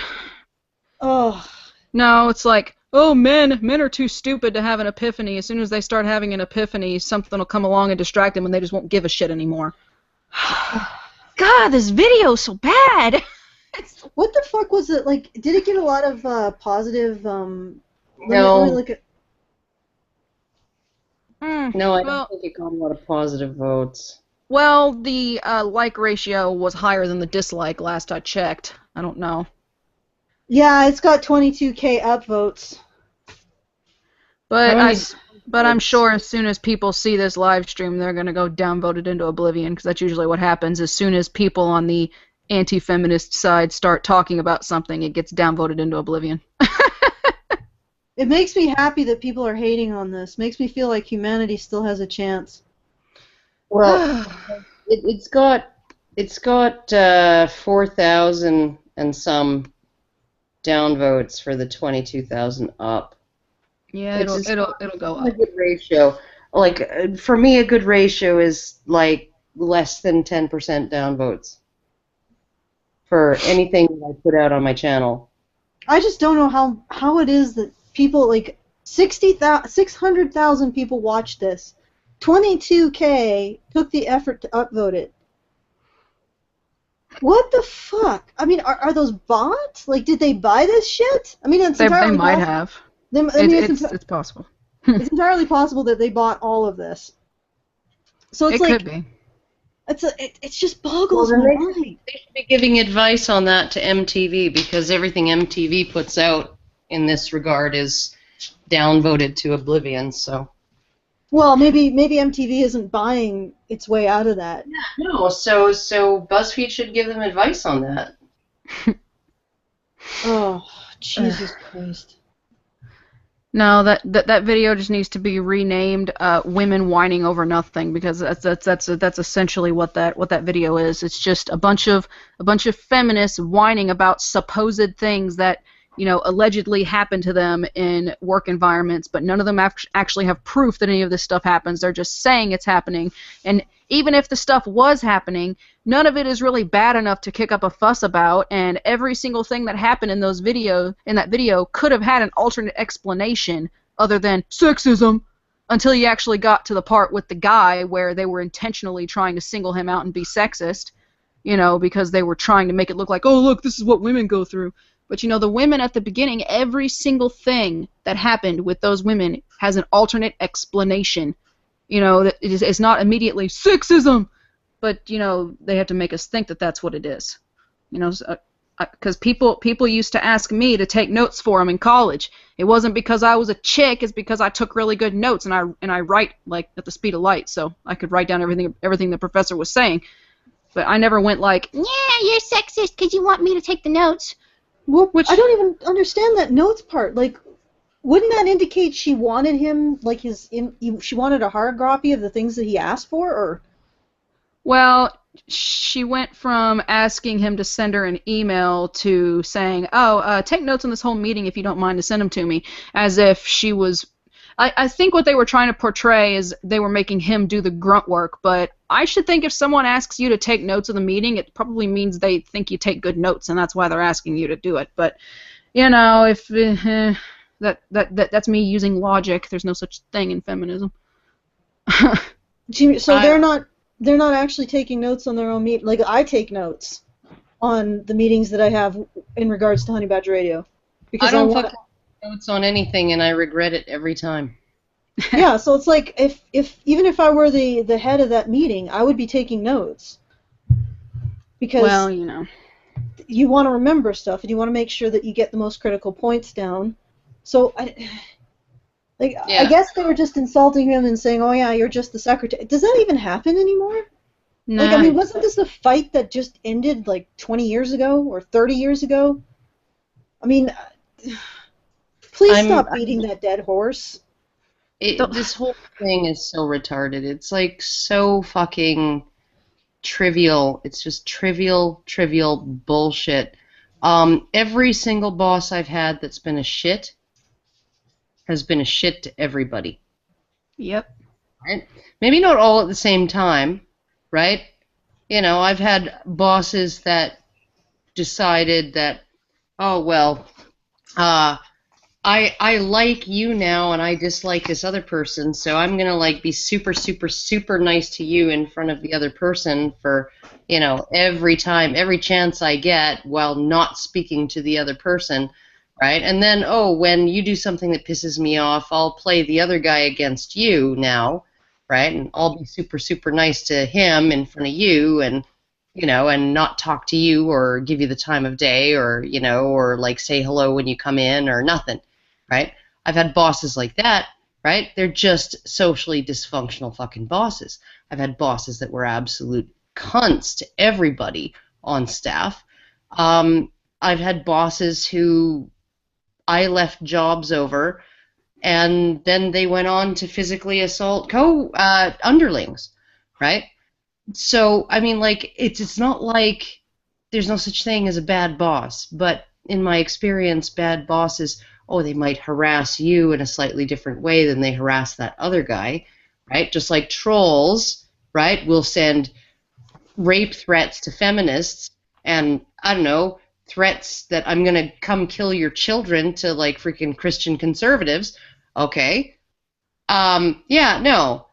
They tailor their message to extract maximum distress from their targets.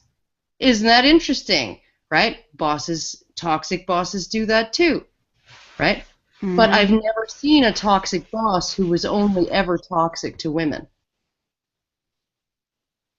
Yeah. Can you guys hear me?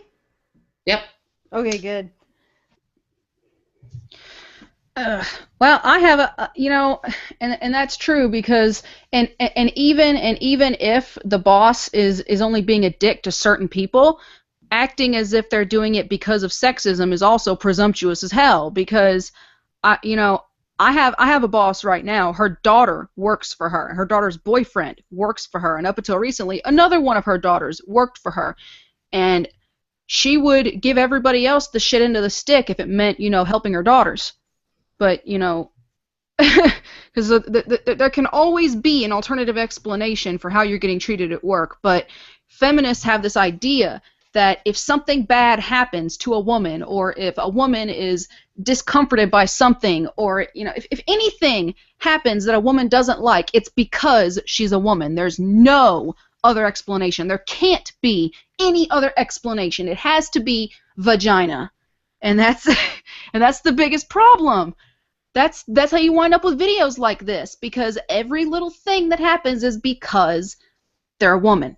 Not because the boss is a dick to everybody or because the boss is, this way or that way. It's because she has a vagina. Always. 100% of the time. Which is also why Anita Sarkeesian's rich now, because she can just take all of her harassment and be like, they're only harassing me because I'm a woman. And then people throw money at her. Speaking of I don't understand why she wants to reduce herself and all of her accomplishments, all of her work, everything she's done, right?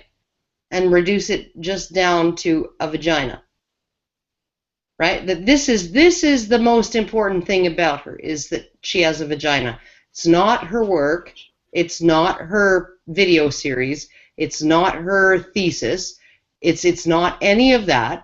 It's not the amount of money she's been able to raise. It's not the fact that she gets paid, $20,000 or whatever the fuck it is to speak in front of audiences. It's none of that.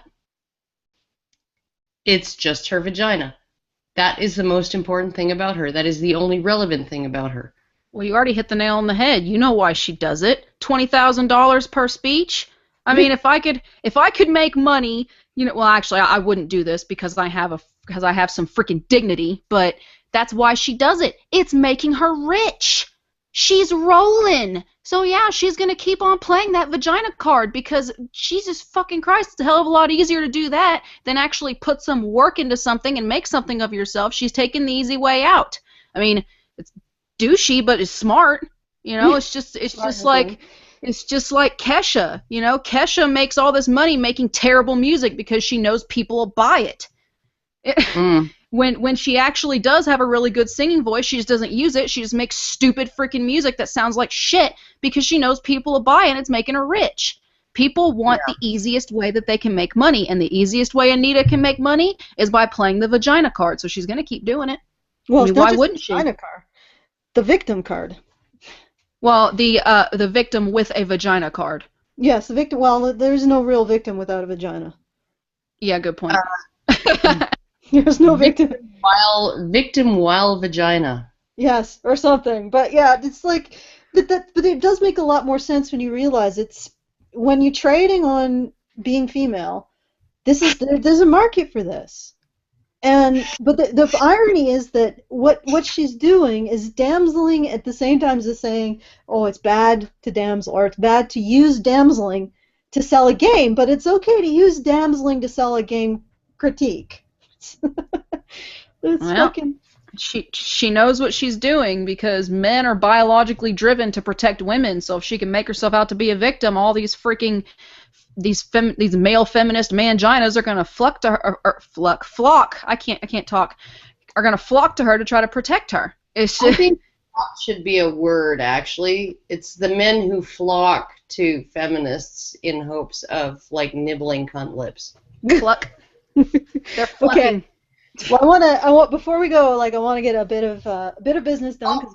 I did want to say, what the fuck was Cards Against Humanity's creator doing, giving $25,000 to Anita Sarkeesian? Wait, what? Wasn't he falsely publicly accused of rape? He really did that? And then feminists accused him of being a misogynist because he defended himself publicly. Maybe he's like, look, I gave money to Anita. Can you stop hating me now? That's probably what it is. Well, because she's a winner, you see. We already know that she's gonna be successful. Yeah. We already know it. Whatever she does, she's gonna be successful. So we want, there's this compulsion, I think, where a lot of people that they just wanna back a winner, even if that winner is gonna use their podium, use their stick to beat them with. Yeah. It's like I know you'll degrade me further when you win, but I just want to make sure I'm backing a winner. I know you're gonna have success, Anita, and you're gonna use that success to make my life more miserable. But that's okay, because I know you're gonna be successful. These people are, it's funny. But anyway, I wanted to get it to the business. You guys can stick around and comment on the. I'm not gonna stick around today. I got things to do. I'm not going to stick around for the after show. Oh, no, I'm not talking about that. We're still on the show, so don't worry about that. Yeah, but get down to business. Yes. Business. Yes, well, I will once you stop, like, Oh my God, blocking Allison, me. let's get down to business. Yeah, all right. Okay, so anyway, last raging, which was Rantzerker number 46, I believe. I requested people to write in and tell me what we could do to motivate you to just invest in doing something for men's issues. And I received a letter from an individual named Aaron, and I'm going to read it here, and I'll see what Karen and Ceara have to say about it. Okay, so Alison, you asked for my reasons, so I'll give them. You may not like them. You might think I'm wrong, but I'm being honest. I don't donate to Honey Badger Radio because you don't do enough in the real world to help men and boys. That's it, really. I'd rather give my money to something other than the propaganda fight. I found the manosphere through Karen, and I know you do help men and boys. I appreciate the importance of propaganda, but at the end of the day, you can't change public opinion on these questions. You can't make men have an in-group bias or make women have an out-group bias. So for that reason, while I enjoy listening to you guys vent your frustrations, I conclude that Honey Badger Radio will never be nothing more than a sympathetic echo chamber. It's not that I'm unwilling to put my money where my mouth is. I am. I'd just rather support causes that are doing more than talking about helping men. It amazes me how little support the men's rights movement gives to organization like the Innocence Project, which has exonerated hundreds of wrongfully convicted men. Their work using DNA evidence has primarily helped men convicted of rape. There are organizations going into poor neighborhoods teaching literacy, which, as you know, disproportionately affects men. There are groups like Boys and Girls Clubs and Big Brother, Big Sister, which try to provide structure and support to at-risk youth and keep young men out of prison. The men's rights movement seems blind to their existence in your unending quest to prove feminists wrong on the internet. I have two guesses as to why Honey Badger Radio and associated parts of the men's rights movement don't actively support these organizations. The first is that they don't want your help. This points to the insurmountable PR fight that the men's rights movement has at this point. Feminists have been able to define you to the general public before you could define yourselves. The second is perhaps more disturbing. It's the lack of support for those organizations due to the fact that these groups are more often associated with the left, perhaps could even be considered part of the fight for social justice.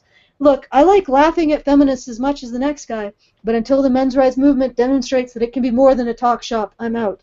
Stop telling me how virtuous you are. Start showing me. Right now, the social justice warriors are doing more for men and boys than you are. That's a pretty sad state of affairs. I don't want to spend money for Karen to go on a trip or film a talk. I have my own travel plans and gadgets to spend money on.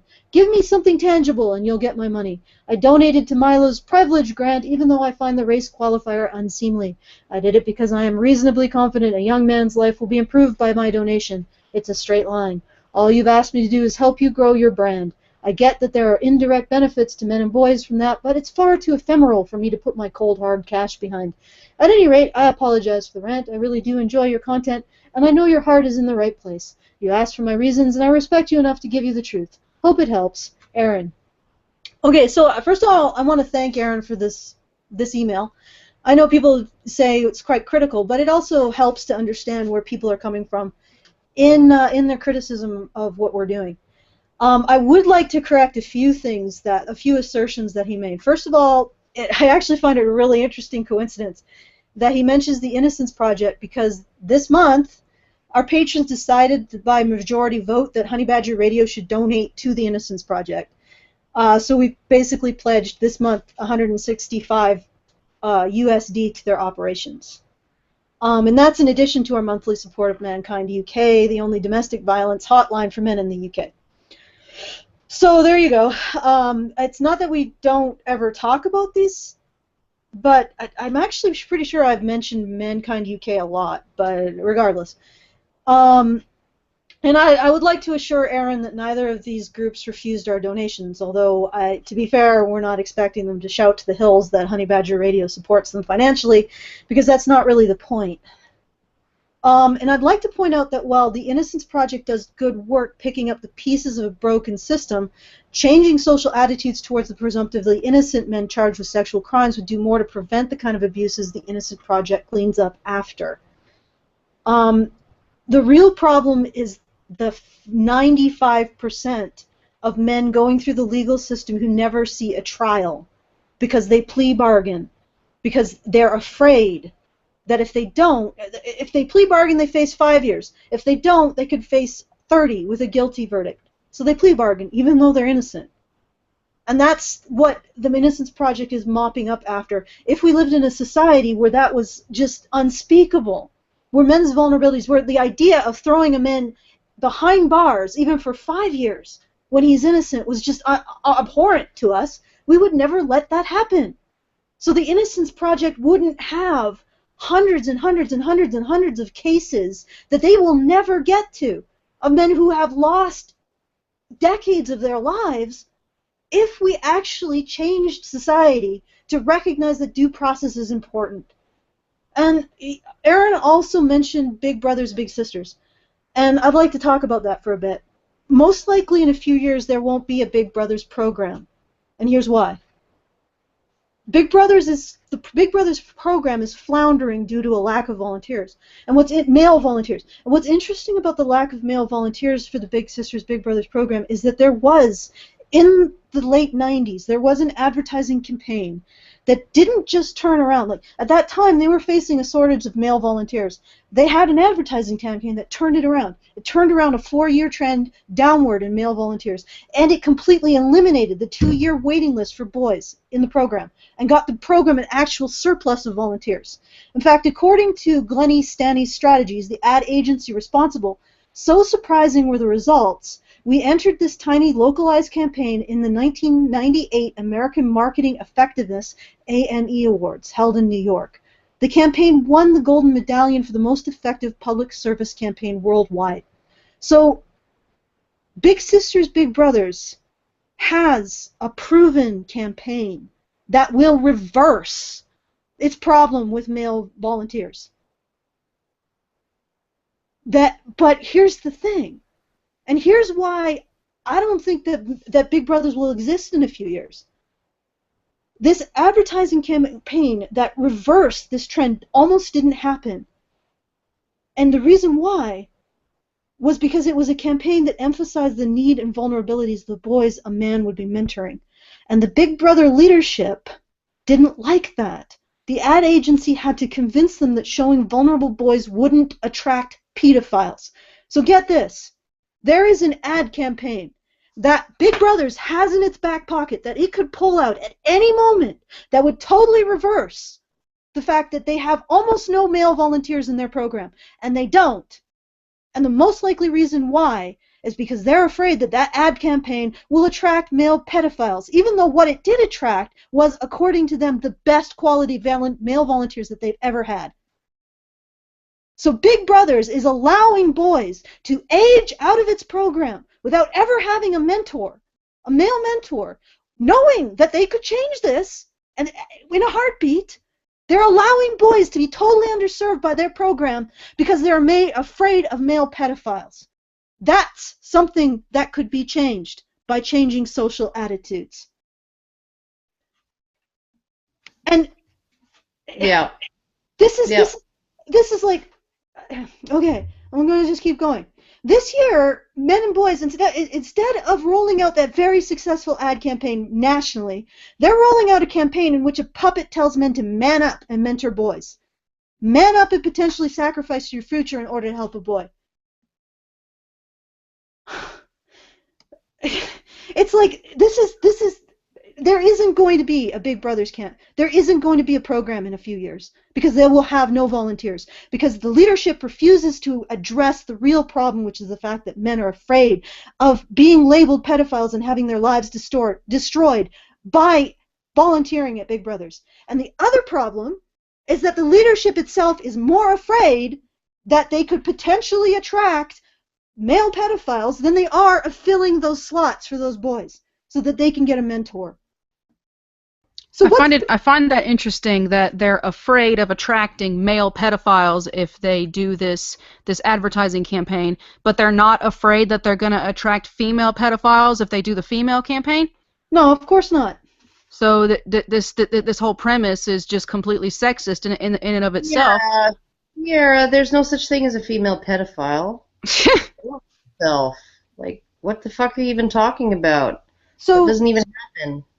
If the issue with not recognizing female pedophiles and realizing that men and women are probably most likely equally likely to be pedophiles. If we actually recognize the social issues and recognize the scare, the pedophilia scare, and it is a scare, and the witch hunt that's being enacted against men in relation to their relationships with boys, and even if the Big Brother program actually stopped being scared, stopped being part of that fucking witch hunt, there would be a future for the Big Brother program.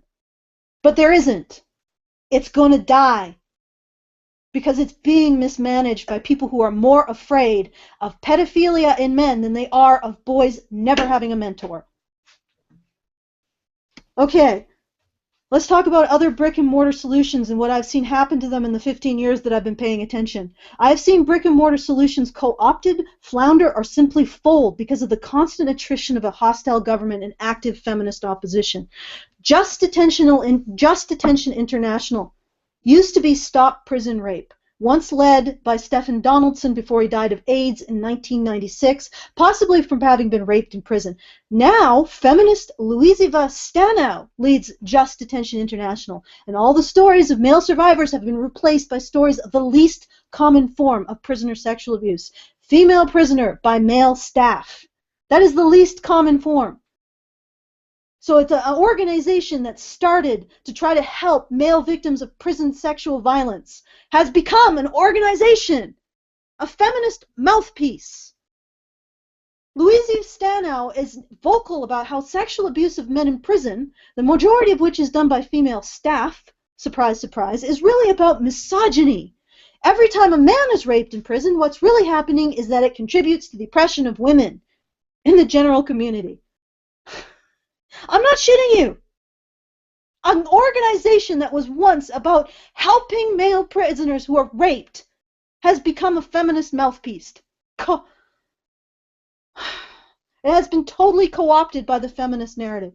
And then there's Earl Silverman. He ran a domestic violence shelter out of his own home for 2 decades and was stonewalled by government and persecuted by feminists at every turn. Eventually he lost his home and killed himself. That is what I have seen over and over again, and it's made me realize something. Brick and mortar solutions will not last without changing the social climate. They cannot withstand the constant attrition, the constant attempts to stonewall, co-opt, or simple stigma.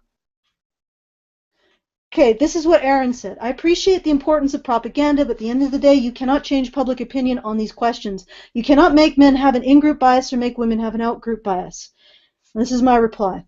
The only thing that will save the Big Brother program is a change in social attitude. The only thing that would have protected Stop Prison Rape from being co-opted would have been a change in social attitude. The only thing that would have saved Earl Silverman is a change in social attitude, from condemnation of his work to support.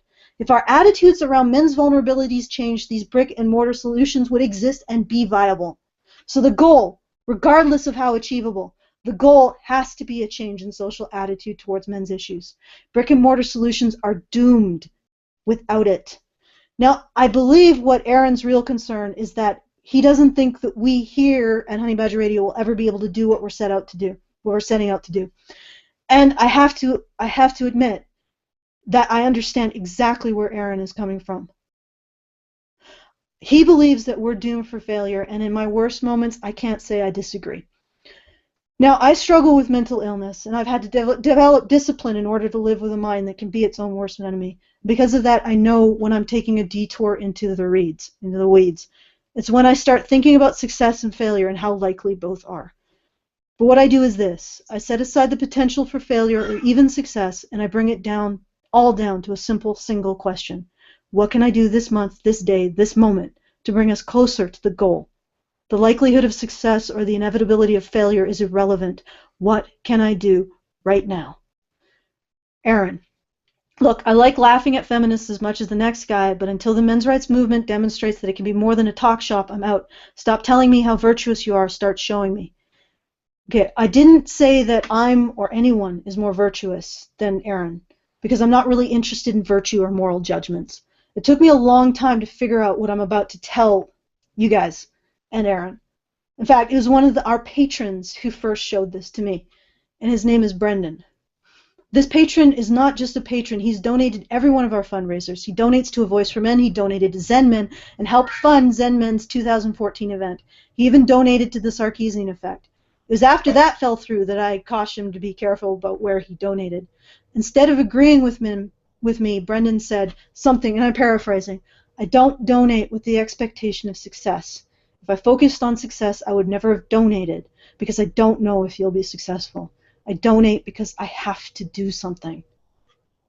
Let's imagine our goal is to take Juno Beach. The win condition is having enough men willing to sacrifice themselves regardless of their personal success and survival, or even regardless of the possibility of the success of the overall mission.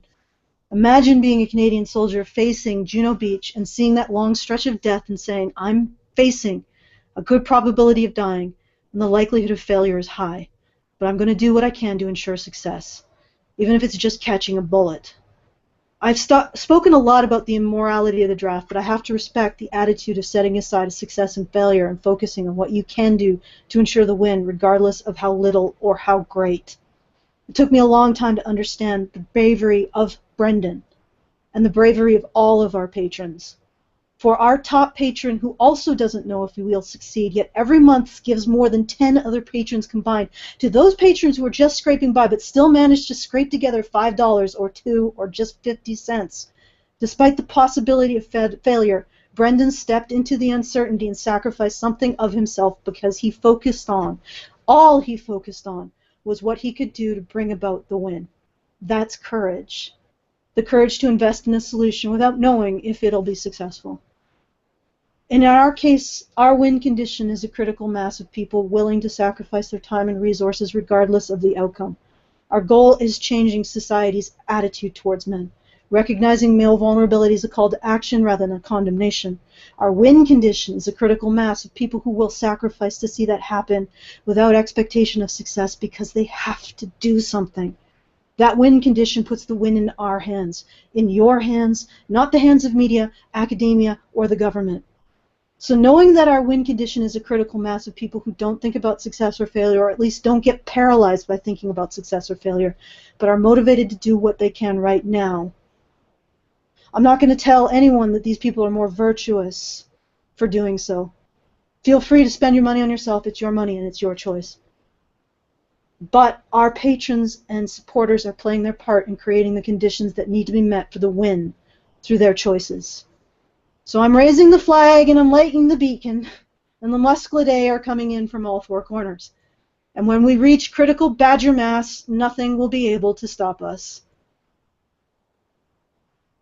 And if you want to take part, if you want to be part of that critical badger mass, then you know where to go. Karen, Ceara, do you want to say anything? Silence? You've fallen asleep. You've decided this is time for a nap. No, I think you said it all. Yeah. Well, the thing is that I really sympathize with Aaron because I do too. It's like it is scary, and there is no assurance of success. I mean, it could all end in flames. Yeah. Well, you know, and another argument would be that, you know, change starts with propaganda. How do you think feminists manage to paint the world the way it is? Through propaganda, through years upon years upon years of propaganda, of showing people this garbage and making them believe it. But, you know, people have to get together, and they have to, enough people have to get together and give this message and start showing it to people in order to enact this change. So it may seem like all we're doing is sitting around and talking, because I mean that is essentially what we're doing, but people start listening. After a while, people are going to start listening, and when people start listening, that's when the change is going to happen. You can't just expect, you know, well, tomorrow I'm going to get some money together and open this men's domestic violence shelter and try to get men into the shelter to try to protect them, you know, because they're a victim of domestic violence. Because right now, with the attitude the way it is, the government is not going to fund that shelter because men aren't seen as victims, you know, ever. Even if they are victims, they're not seen as victims. So you have to start changing this idea in people's heads that, and men can be victims. You have to show people men can be victims, and when they are, they need help, because right now that's not the overall idea of people. The overall idea of people is women are victims, and that's why the government helps women more than it helps men. You have to make that alimony reform bill so popular in the public that not only are they in favor of it, and they have been for alimony reform bills, over the last 5-10 years, those bills have had overwhelming public support. But the public support is not enough. It actually needs to be to the point where vetoing that bill at the behest of the National Organization for Women means political death for the governor of Florida. That's what it has to mean. Because if it doesn't mean political death for him to do what they want, right? And they're a lobby group. They're an extremely well-funded and powerful lobby group, right? So unless he knows that it's going to cost him his job to do it, he's going to do it. He's going to veto it. That's how things work. So it's not just enough to generate public support. You have to get it to the point where the public will stand for nothing less than support. Mm-hmm. Well, I just wanted to say, part of the problem that I find is, if you take the case of Earl Silverman, people who are inspired to do these brick-and-mortar solutions, they put everything into it. And then when they fail, they lose everything. So it's like, if you want to create, and I remember a while back someone tweeted me and said, what do you need to start a men's shelter? And I was like, you need millions of dollars in revenue a year. Yeah. You can operate it out of your house, but I don't want anybody to do that, because I don't want to see another Earl Silverman. No, I don't. Yeah. He poured his whole life into that, and when there was nothing left to pour, he killed himself. Yeah, and he wouldn't have had to do that if, the government would have given him a hand, but it didn't. And that's the problem. Stuff like this costs money. Stuff that these concrete solutions, these brick and mortar solutions, they're not free. They cost money. And right now, the government and all these ritzy rich people up in the corporate offices, they have all the money. They have all the money. So you have to get them to give you money in order for this to work. And they're not going to give you money unless there's something in it for them. If it'll get them votes, if it'll get them, something. And in order to do that, you gotta get people to have this idea that men need help. You need to convince people that men need help, and then when these politicians go and they have their elections, people can be like, hey, we need a men's shelter or something. And then if that politician finds out, hey, if I say I'm going to build men's shelters, if I give money to these organizations, it'll get me votes. That's, it's not a great system, but that's how it works. If I don't, it's going to cost me votes. You need to have the public be willing to insist on it. And one of the really atrocious things about Earl and his case was because he tried to bring two cases, two suits with the Human Rights Council, the Canadian Human Rights Council, and in both cases he was arguing pro se, right, representing himself, against two lawyers, one from the province of Alberta and the other from the Provincial Network of Women's Shelters, which is a feminist agency, right, who were both arguing that he should not be granted a hearing based, he wanted to sue based on discrimination against men, and he was denied a hearing both times, arguing against two lawyers. One of them was a lawyer for the Provincial Network of Women's Shelters feminist organization,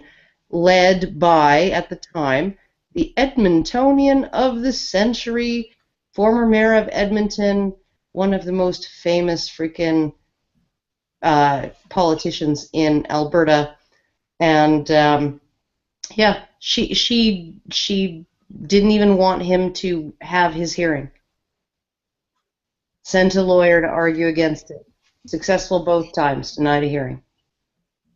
Right? We're And at that's what we are up against. And he got no press. None.